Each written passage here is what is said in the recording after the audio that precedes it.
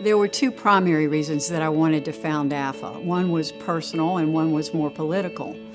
Around 93 or 94, it became essential in my life for mental health and spiritual health, literally to take all of me with me wherever I went.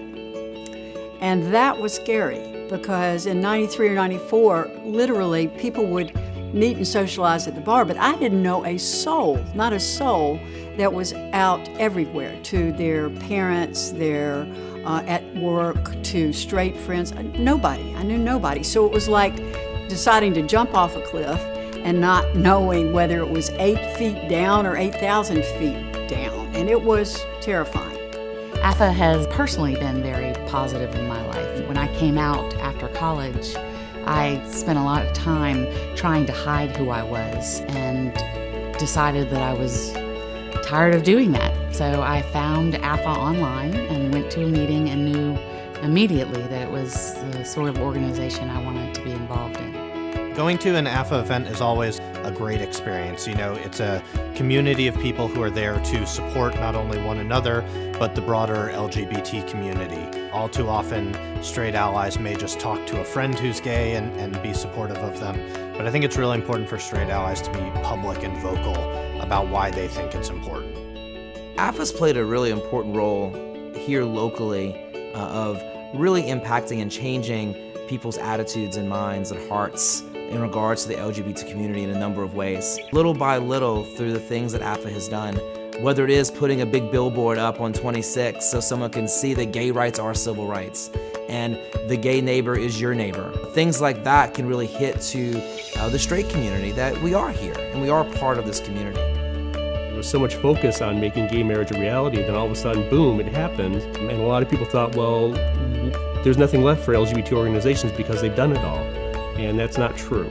Certainly there's a lot left. We see it with what happened at Pulse. We see it daily in the community, and still the continuation of hate crimes and bigotry throughout the country and in the South and South Carolina. And AFFA really has the potential to continue to be the forefront of leading education moving forward to help the LGBT movement, and so there is a lot of relevance moving forward.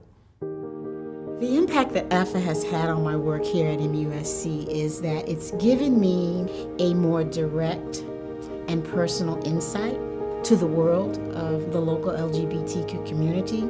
The challenge continues to be, how do we shift people's ways of thinking to something as simple as just living in a world where you treat everyone the way you want to treat the person you love most in the world.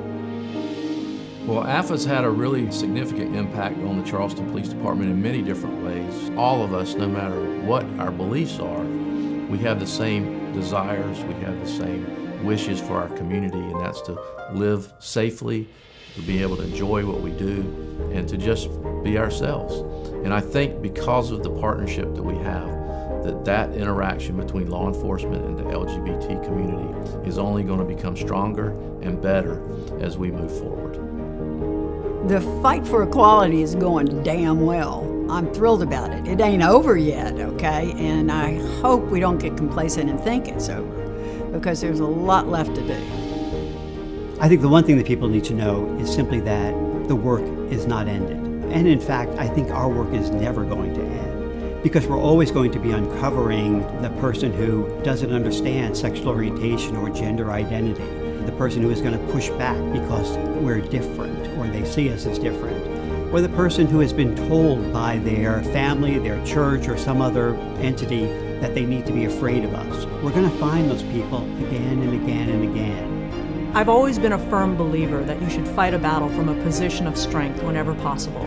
And the LGBTQ community has that now. Since marriage equality, we are at the forefront of change. But the fight is still ahead of us, and there are so many discriminations that we have to take on. So let's take this position of strength and work it to our advantage.